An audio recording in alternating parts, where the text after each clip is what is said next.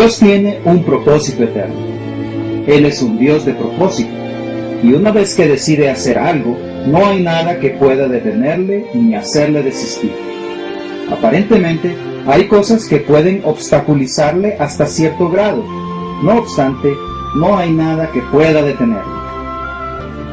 Después de la destrucción llevada a cabo por Satanás, Dios intervino para rehacer lo que él había realizado anteriormente.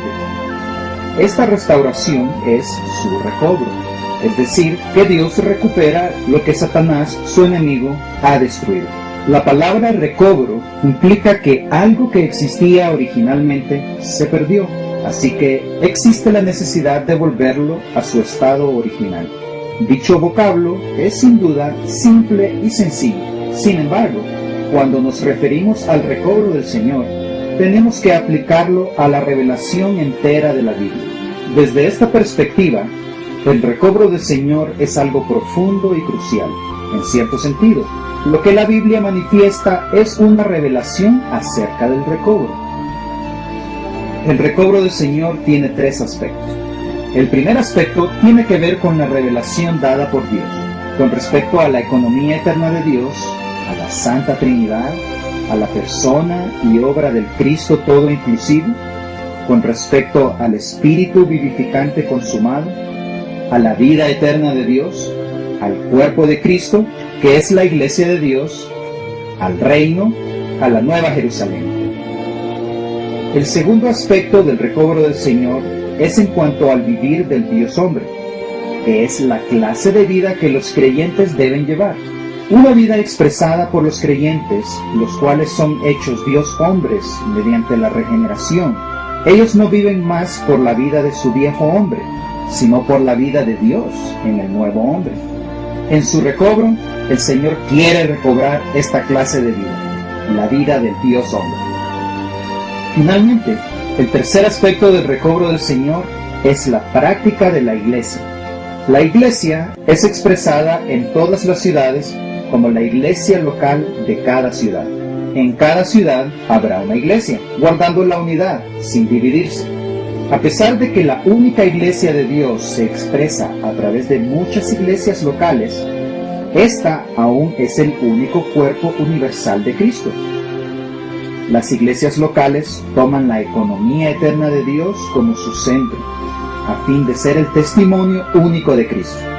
En las iglesias locales debe haber paz y gozo en el Espíritu Santo, a fin de ser la realidad del reino de Dios.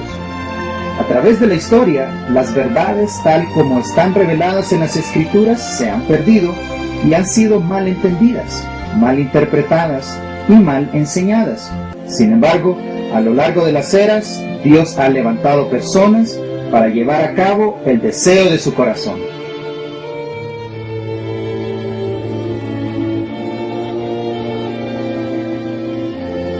Una de estas personas fue Watchman Nee, quien fue salvo en 1920 a los 17 años de edad.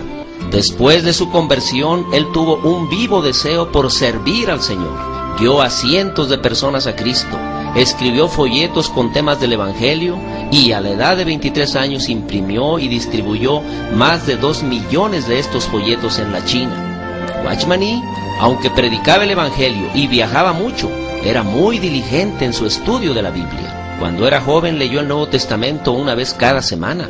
A los 32 años de edad había coleccionado unos 3,000 tomos para su biblioteca personal. Leía extensivamente las biografías de los cristianos sobresalientes que Dios había usado a lo largo de los siglos. Su ministerio alcanzó toda la China y otros países. A través de él y sus colaboradores, el Señor levantó alrededor de 500 iglesias en la China. En 1952 fue arrestado hasta la muerte por causa de su fe en Cristo. Después de 5 años de encarcelamiento y de presentarse ante diversos tribunales, fue sentenciado a 15 años de prisión. Durante estos años de encarcelamiento no le fue permitido ver a ninguno de sus hermanos cristianos. Solo a su esposa le era permitido visitarlo una vez al mes. Cuando se cumplió su sentencia, el gobierno, en vez de liberarlo, lo envió a una región más remota, donde partió con su Señor, a quien tanto amaba y servía. Cuando Watchman Nee partió con el Señor en 1972, sus carceleros llamaron a su sobrina nieta para que ella recogiera su cuerpo. Pero cuando llegó, su cuerpo ya había sido incinerado. Un oficial a cargo entregó una nota escrita por una mano temblorosa que se halló debajo de su almohada el día en que falleció. Esta nota decía: Jesucristo es el Hijo de Dios que murió para redimir a los pecadores y resucitó después de 3 días. Esta es la verdad más grande en el universo. Muero por mi fe en Cristo. Watchman Nee. El ministerio de Watchman Nee lo continuó su colaborador íntimo de la China, Witness Lee, quien laboró junto con él y bajo su dirección durante 18 años. Witness Lee nació en 1905 en el seno de una familia cristiana al norte de la China. A la edad de 19 años fue plenamente cautivado por Cristo y de inmediato dedicó su vida a predicar el Evangelio.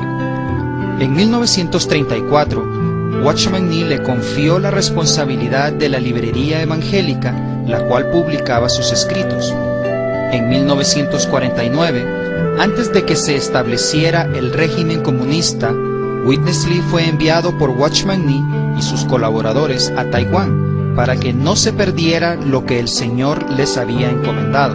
En 1962, Witness Lee fue guiado por el Señor a mudarse a los Estados Unidos y se estableció en California.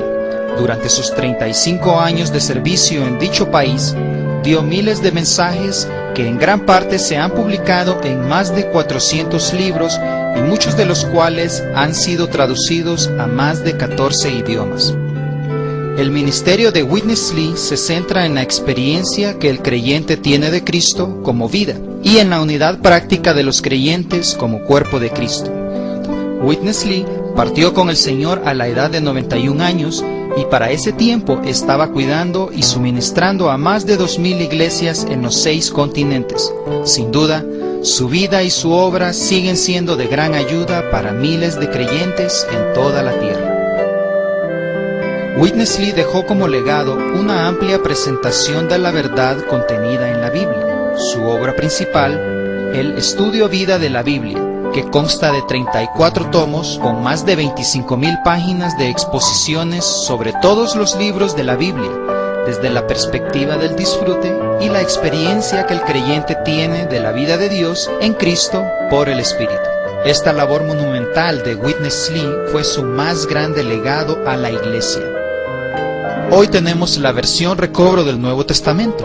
Esta versión es un verdadero tesoro y se puede considerar como un extracto de los Estudio Vida. La versión recobro del Nuevo Testamento es publicada por Living Stream Ministry. Esta nueva traducción del Nuevo Testamento contiene bosquejos detallados, extensas notas al pie de página, numerosas referencias, diagramas y mapas. Fue publicada por primera vez en 1985, está disponible en 6 idiomas y actualmente se está traduciendo en otros más. A lo largo de los siglos se ha ido mejorando la traducción de la Biblia. Por lo general, cada traducción hereda algo de las anteriores y prepara el camino para las siguientes. La versión recobro del Nuevo Testamento, siguiendo el precedente establecido por las versiones más reconocidas y usándolas como referencias, no solo incorpora las lecciones aprendidas al examinar lo que hicieron otros, sino que también ha procurado evitar cualquier prejuicio o imprecisión. La versión recobro es el fruto de una extensa investigación en cuanto al significado del texto original y procura comunicar dicho significado en una forma concisa, inteligible y legible. Las notas de pie de página, fáciles de leer, recalcan la revelación de la verdad, la luz espiritual y el suministro de vida disponible